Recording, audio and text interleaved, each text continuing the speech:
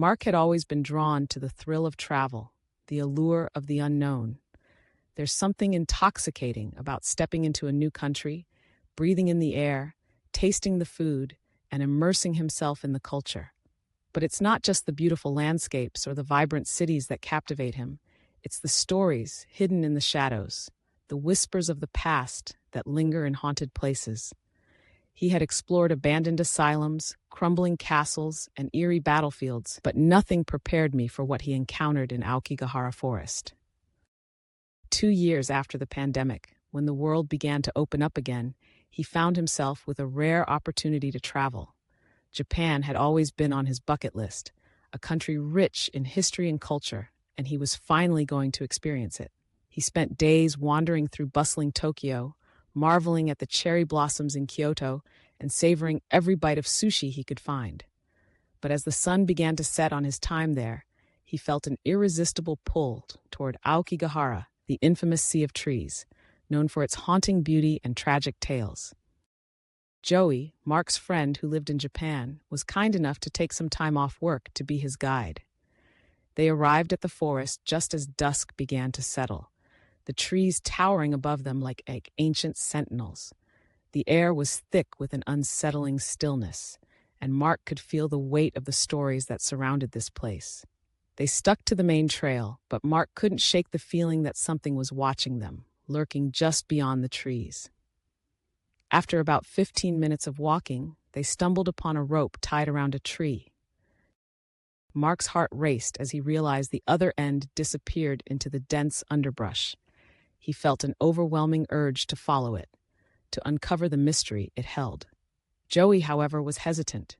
Joey warned Mark about the darkness creeping in, about the stories of despair that clung to this forest like a shroud.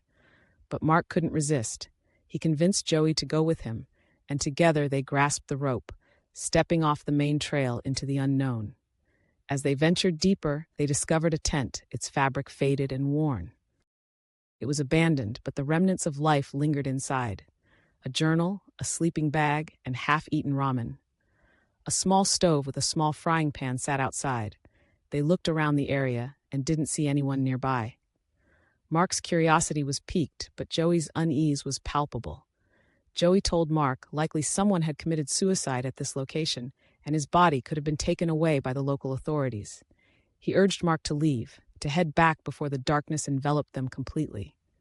Mark agreed, but as he stood beneath a towering tree, he felt a strange sensation washed over him, a heaviness settling on his shoulders. He looked up, and his heart dropped. There, hanging from the branch above him, was a young man, his pale face twisted in a silent scream. His feet rested on Mark's shoulders, and he felt the cold grip of terror seize him. Mark was frozen in place, unable to comprehend what he was seeing. He called out to Joey, his voice trembling, and when Joey turned to look, Mark saw the horror washed over his face too. Without a word, Joey grabbed Mark's hand, and they ran. Mark stumbled over a branch, falling to the forest floor, and in that moment he glanced back. The young man was moving, his feet kicking as he struggled against the noose. Panic surged through him, and he scrambled to his feet, adrenaline propelling him forward. He didn't dare look back again as they sprinted toward the car, his heart pounding in his chest, the forest closing in around them.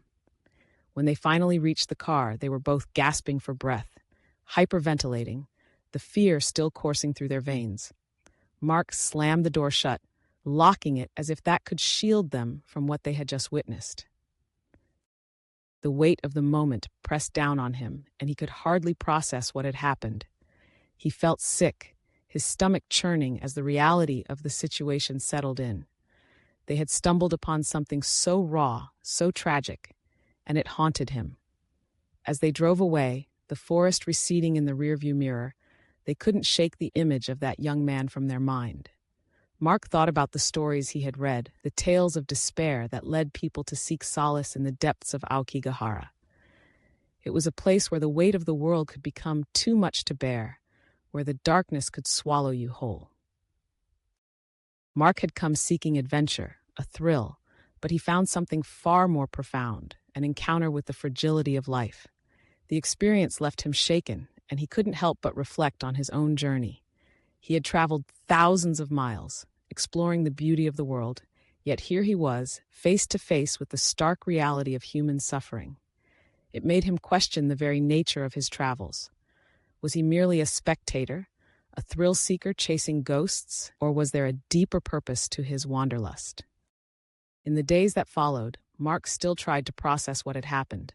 He spoke with Joey about it, and they both agreed that we had crossed a line, ventured too far into a realm that was not theirs to explore.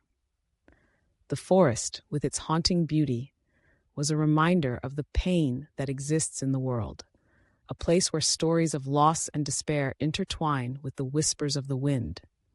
As Mark prepared to leave Japan at the end of the second week, he carried the weight of that night with him. It was a reminder that every place has its shadows, its secrets, and that sometimes the most profound experiences come not from the sights we see, but from the stories we uncover, even the ones that chill us to the bone. Mark realized that his travels would never be the same. He would carry the echoes of Aokigahara with him, a haunting reminder of the fragility of life and the importance of compassion in a world that can often feel so dark.